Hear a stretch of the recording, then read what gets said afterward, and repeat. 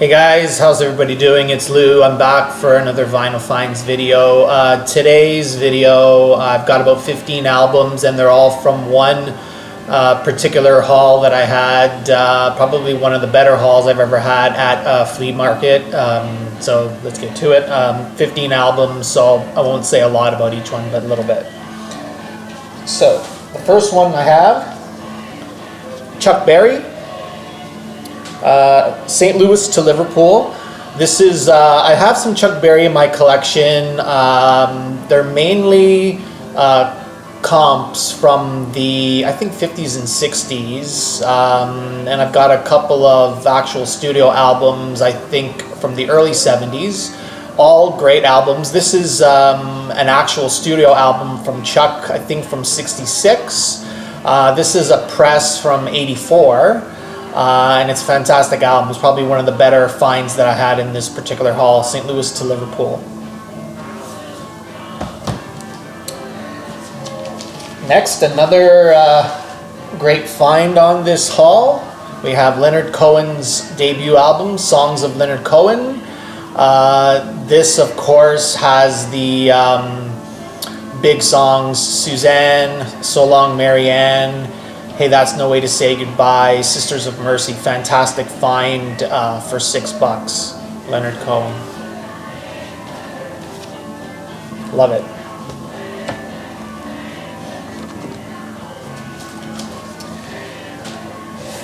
Then I have a couple of best of comps. This one is for B.B. King.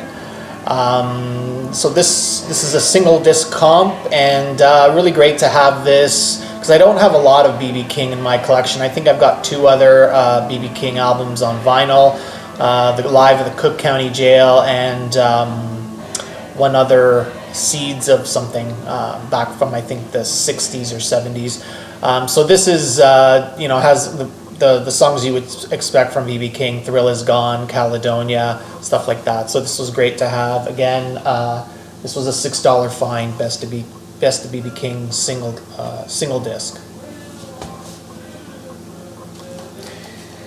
And then another greatest hits. I'm not the biggest Beach Boys fan. In fact, I only have on vinyl Pet Sounds. And I've passed up on this album a few times, but after I got more into Pet Sounds, I thought, you know what, the next time I see this, I definitely want to pick it up. And it's a double album, best of comp for the Beach Boys, and this is called Endless Summer. And this is a fantastic Beach Boys, and it's probably the only other Beach Boys that I'm going to need. And I really, really enjoyed this. And the only other Beach Boys that I'll pick up is if I find anything else, rather cheap back from the 60s or 70s. But this and Pet Sounds will do really nicely for me. The next is a psych band back from the 60s that I'm quite unfamiliar with, and it's the band It's a Beautiful Day.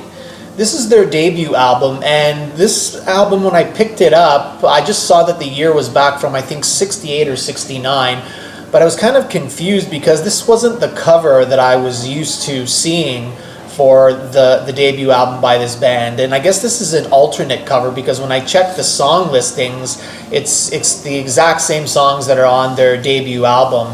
I think the other cover is fairly similar but has maybe some clouds in the sky and things like that. But this is the same. I guess it's an alternate cover for the same album. Not sure where this was released, but I think the other cover with the clouds is the one that's more commonly known for sure. I guess those guys are from California.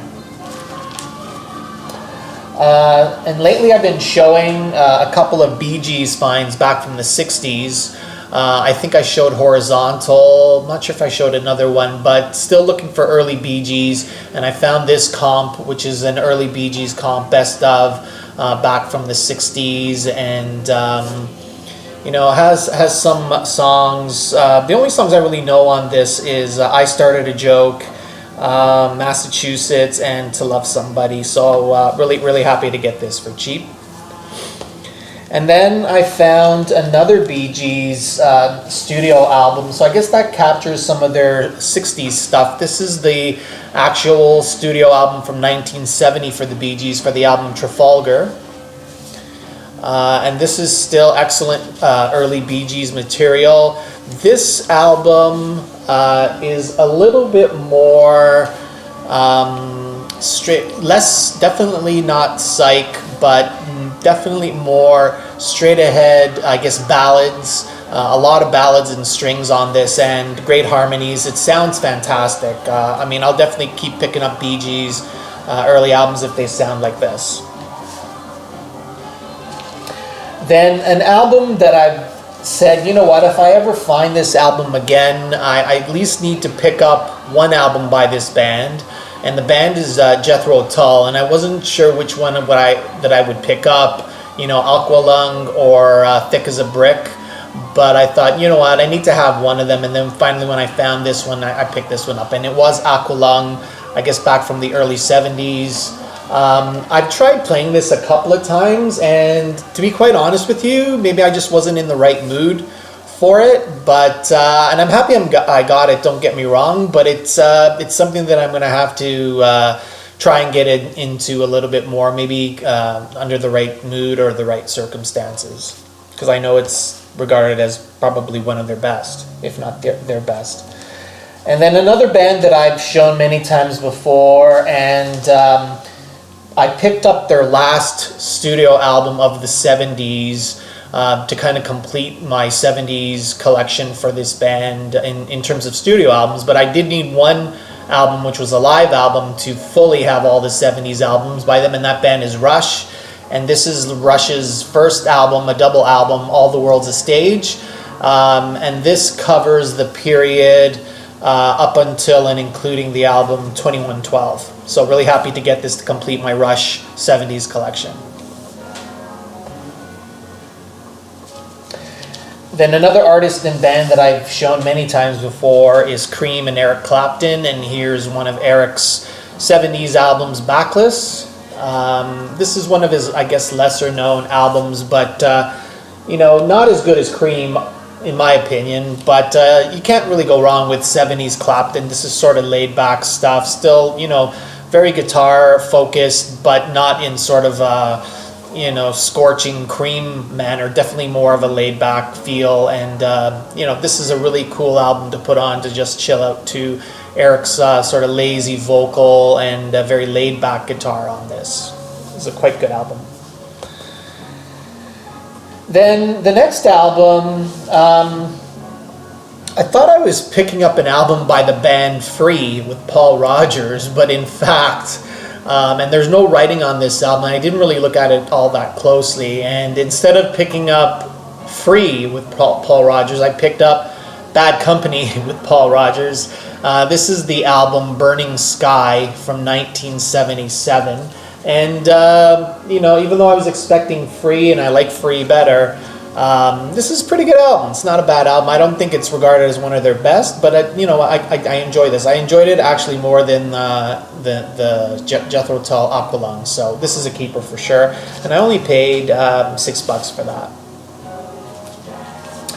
Then an album that I wouldn't say I've been really on the hunt for, but I certainly thought to myself, if I ever see an album by this band, I need to pick it up, and this is the one that's probably at the top of my list.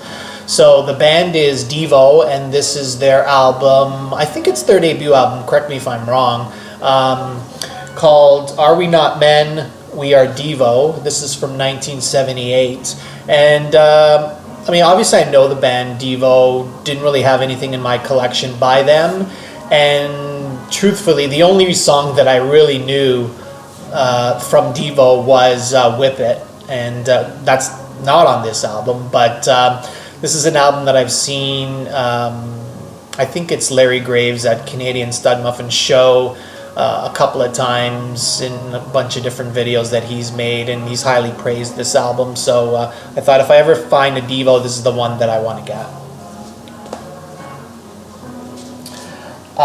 Next, a double live album. It was a reunion album by Simon and Garfunkel. It's the concert in Central Park. recorded in September 19th of 1981. And this is excellent. This is, you can never go wrong with Simon and Garfunkel, in my opinion. And this is a great double live album to find. Got this for $10.